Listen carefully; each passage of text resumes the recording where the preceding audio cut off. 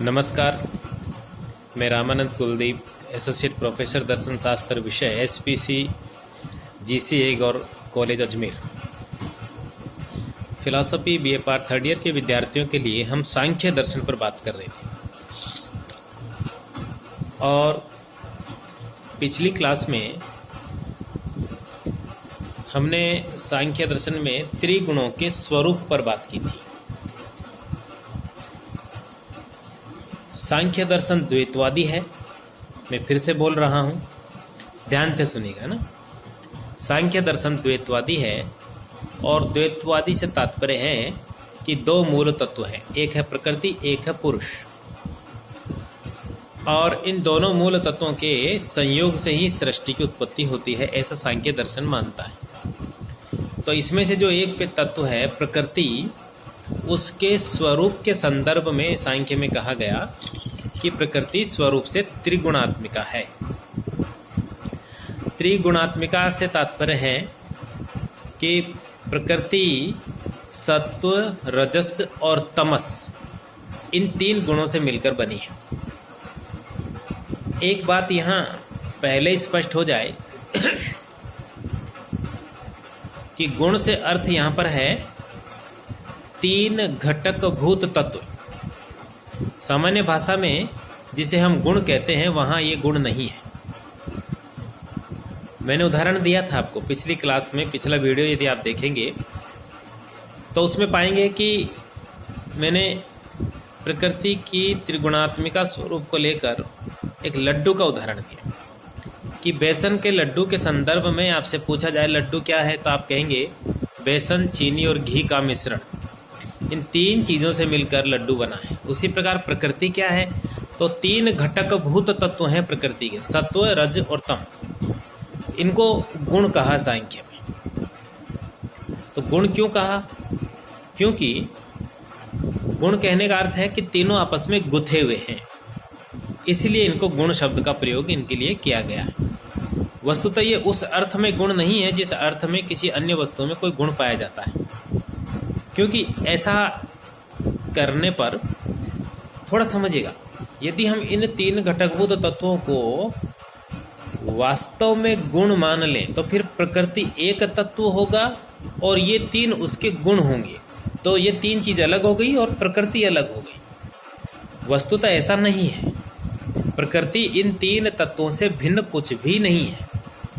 जैसे लड्डू जो है वो घी, चीनी और बेसन के अतिरिक्त कुछ भी नहीं है, तो वैसे यहाँ प्रकृति के संदर्भ में कहा जाता है।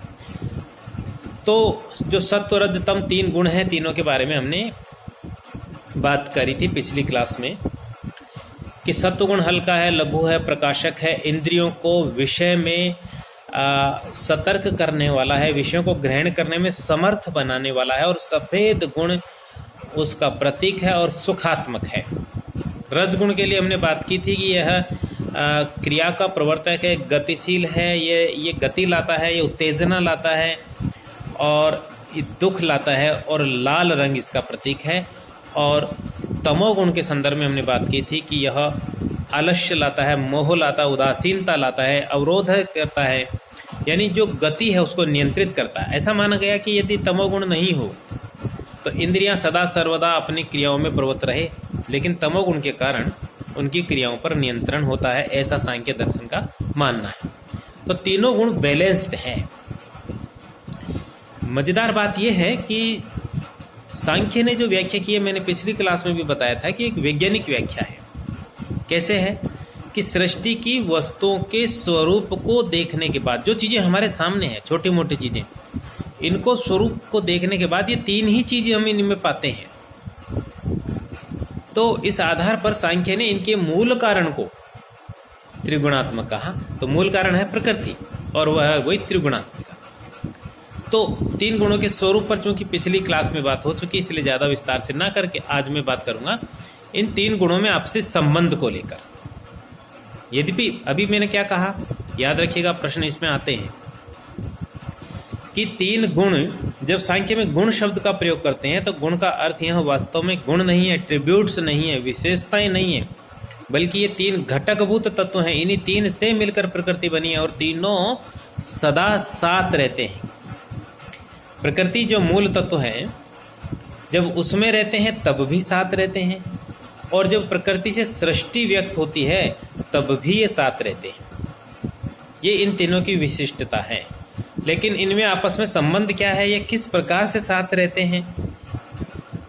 तो ये भले ही व्यक्त अवस्था हो, भले ही अव्यक्त अवस्था। अव्यक्त का मतलब, जब हम बार बार व्यक्त और अव्यक्त शब्द का प्रयोग कर रहे हैं, तो यहाँ व्यक्त और अव्यक्त का अर्थ है कि प्रकृति से सृष्टि बनी, यह है व्यक्त अवस्था, और प्रकृति से सृष्टि नहीं बनी, प्रकृति अपने मूल स्वरूप में स्थित है, यह अव्यक्त अवस्था। तो दोनों ही अवस्थाओं में, व्यक्त अवस्था में भी और अव्यक्त अवस्था में भी, ये तीनों गुण एक ही साथ संबंधित, एक ही स्वरूप से संबंधित रहते हैं, एक ही प्रकार से संबंधित रहते हैं। तो इन तीनों गुणों के परस्पर संबंध को स्पष्ट करने के लिए हम 5-6 विशेषताओं पर बात करेंगे। तो पहली, प्रीत्य प्रीति विषादात्मका, ये तीनों गुणों की विशेषताएं संबंध को लेकर। सुखात्मक, दुखात्मक, मोहात्मक, ये इन तीनों गुणों का एक एक लक्षण है। प्रकाश, प्रवृत्ति, नियमार्था, तीनों अपने अपने प्रयोजन के अंतर्गत कार्य करते हैं। सत्वगुण का प्रयोजन है प्रकाश करना, रजोगुण का कार्य क्रिया में प्रवृत्त करना, और तमोगुण का कार्य है बाधा, अवरोध या रुकावट डालना। अन्योन्याभिभवा, ये तीनों गुण एक दूसरे को पराभूत करने वाले हैं। पराभूत करने से क्या तात्पर्य है कि सत्वगुण जो है वो रजोगुण और तमोगुण को अभिभूत करके सुख के रूप में परिवर्तित हो जाता है। मतलब इनका जो मूल स्वरूप है वो प्रकट करना। तो जो सत्वगुण का स्वरूप है वो है सुख प्रकट करना, लेकिन उसको सुख के रूप में प्रकट होने या करने के लिए बाकी दोनों को दबाना पड़ेगा, पराभूत करना पड़ेगा। नहीं तो रजगुण रहेगा प्रकट तो फिर दुख होगा, और तम गुण रहेगा तो आलस्य होगा। तो रजगुण और तम गुण को दबाकर सत्वगुण जो है वो प्रकाश और सुख पैदा करता है, अभिभूत करना। अन्योना भी भवा, ये शब्द यहाँ पर काम में लिया गया है। और इसी प्रकार से बाकी दो गुण काम करते हैं। जो रजगुण है वो तम और सत्व को दबाकर, और जो तम गुण है वो रज और सत्व को दबाकर अपना स्वरूप प्रकट करता है। तो तीनों गुण परस्पर एक दूसरे को पराभूत करने वाले हैं। ये पहली इनकी विशेषताएं हुई। दूसरी विशेषता है अन्योन्याश्रया। पहली थी अन्योन्याभिभवा, दूसरी है अन्योन्याश्रया। अन्योन्याश्रय यानी एक दूसरे पर आश्रित रहते हैं। मतलब क्या कि जैसे कोई भी जैसे दीपक है, दीपक का उदाहरण लेते हैं। तो दीपक में तेल, बत्ती और जो आग, ये तीनों चीजें साथ रहती हैं तभी दीपक बनता है, और तीनों एक दूसरे पर आश्रित हैं। तीनों में से किसी भी एक की कमी हो जाएगी तो दोनों अपना काम नहीं कर सकेंगे। इसी तरह से यहाँ पर सत्व, रज, तम तीनों के बारे में बात की जाती है। तीनों एक दूसरे पर आश्रित हैं, एक दूसरे के सहायक हैं। जैसे सत्वगुण प्रवृत्ति और नियम के साथ मिलकर प्रकाश करके रजगुण और तमोगुण का उपकारक बनता है। उपकारक हैं, सहयोगी होने का मतलब है कि वो उसको उनके अपने काम करने में सहयोग देते हैं। ठीक है ना? तो जो सत्वगुण का है वो उसके लिए वो बाकी दो जरूरी हैं। रजगुण के लिए सत्व और तम जरूरी है, तम के लिए रज और सत्व जरूरी है। फिर है अन्योन्या जनना। अन्योन्या जनना यानी गुण परिणमनशील है। इनका स्वभाव है परिणमनशील, का मतलब है परिवर्तनशील। परिणमनशील का मतलब है परिवर्तनशील। परिवर्तनशील का भी अर्थ है उत्पन्न करने वाले, यानी इनसे हमेशा कुछ न कुछ उत्पन्न होता रहता है। ये इनका स्वभाव है गुणों का, इसलिए इनको परिणमनशील कहा। अब यहाँ दो स्थितियां हैं परिणमनशीलता की, कि जब ये गुण अव्यक्त अवस्था में रहते हैं, मूल प्रकृति के रूप में रहते हैं, तब भी ये परिणमनशील हैं। लेकिन जब ये मूल स्वरूप में रहते हैं तब ये किस रूप में परिणमनशील है? तब सत्व सत्व में, रज रज में और तम तम में परिणमनशील है।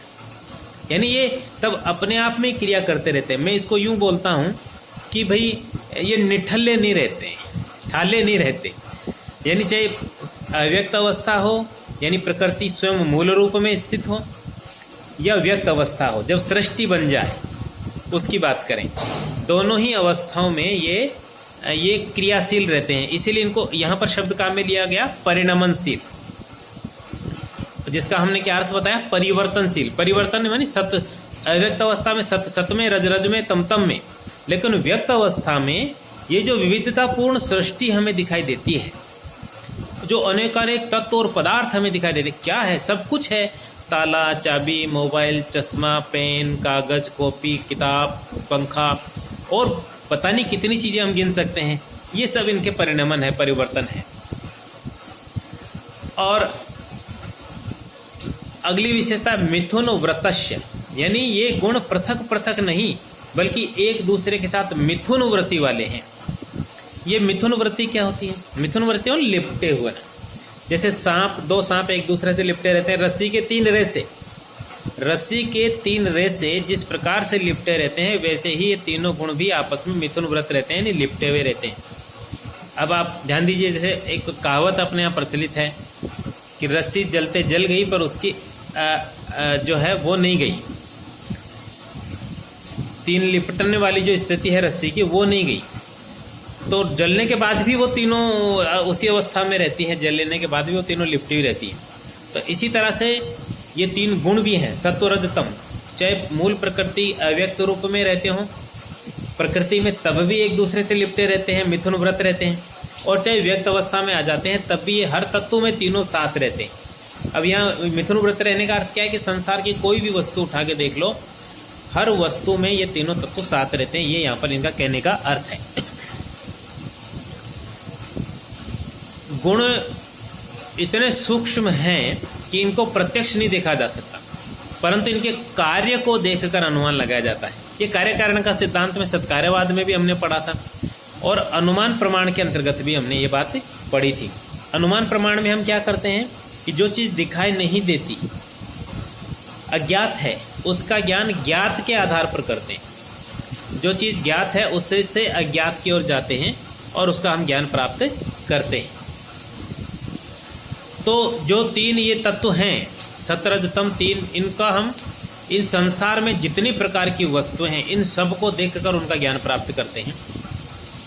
और संसार की हर वस्तु में तीनों गुण रहते हैं। कैसे समझेंगे इस बात को, तो दो उदाहरण देकर इस बात को हम समझ सकते हैं कि जैसे एक म्यूजिक है, संगीत, संगीत में भी ये तीनों गुण हैं। आप कहेंगे संगीत में तीनों गुण, सत सुख देने वाला, रज दुख देने वाला, और तम जो है वो उदासीनता लाने वाला। ठीक है, कल आगे की बात करते हैं, फिलहाल इतना ही। जय हिंद, जय भारत।